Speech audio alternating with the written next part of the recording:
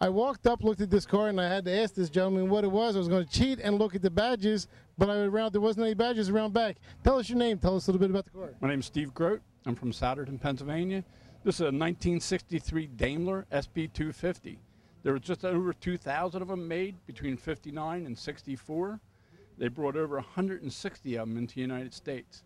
It has a little 2.5-liter aluminum head hemispherical V8. Produces about 180 horsepower. It weighs 1,900 pounds. 1,900 pounds. So this is definitely a little pocket rocket. Yeah, this thing will take your socks off in a hurry. It'll cruise all day at about 110, 120 mile an hour. They use them over in England as police cars so that they could catch the Porsches and the XKEs. Well, that's fantastic. Now, did you get the car like this, or did you do the restoration? No, I was sitting in the field for 8 years. I tried to buy it, and the owner wouldn't sell it. He was going to fix it, and finally I convinced him to sell it to me. Wow. Actually, it was his son that sold it.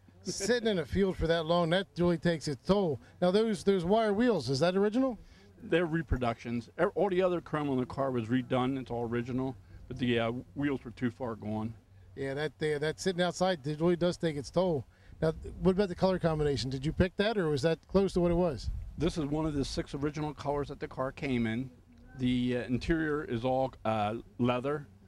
I picked the piping to go with the British Racing green. I thought that would really be nice. Everybody told me not to do it, but I think that makes the whole car. No, it's a good look. It's a good look. And all aluminum up front, that's still got to handle really well. Yeah, it's 47% weight on the front, 53% on the back. And it's like very similar to an early Triumph TR3. Uh-huh. The chassis is very similar, and the English were famous for doing that kind of stuff, stealing from each other. Now, English, now you're saying, what about the electricals? Any issues? Yeah, it's Prince of Darkness. Well, thank you very much for bringing it out. Thanks for talking to us, and thanks for showing everybody what it could be. Nice that you could be here today. Thanks. I walked up and looked at the Impala, and I thought, there is a gob of work done to this car. I walked back, introduced myself, and he said he really appreciates when people notice. Tell us your name. Tell us where you're from. I'm Bob Frank. I'm from Huntington Valley, Pennsylvania. Now, I, of course, am going to pick up on all the obvious things, from like the headlights and the door handles. We mentioned the shaved bumper bolts, but tell us really what we're looking at. Well, you're looking at a 71 Chevy Impala. It's got 33,000 original miles, but it was originally dark brown with a tan interior, and the whole front end has been remolded. Parking lights have been taken out. They're 97 Chevy headlights. The grille was half hand formed. The bumper, the license plate holder was removed, and just everything has been changed on it. The hood corners have been rounded. When you get around to the side, the wheel well trim has been taken off, and we built new flanges there.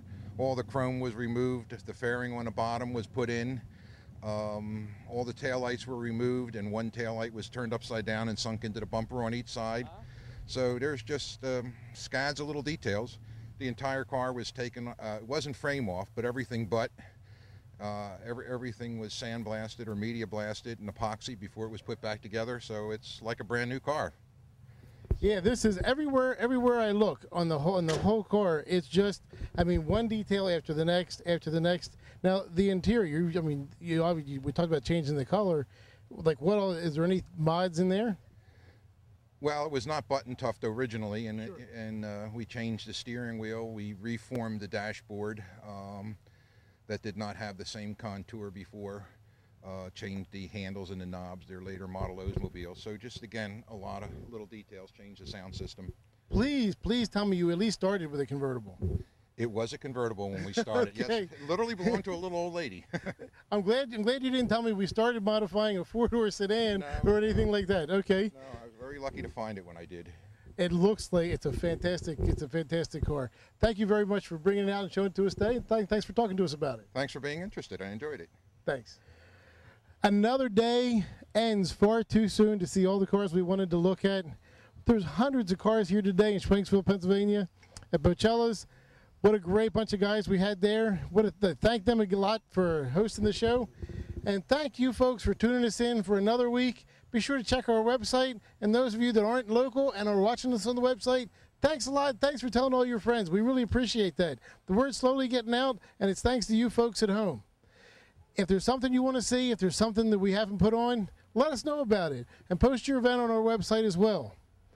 Well, we're on our way back home to Delaware. We'll see you next week on crazyforcars.com.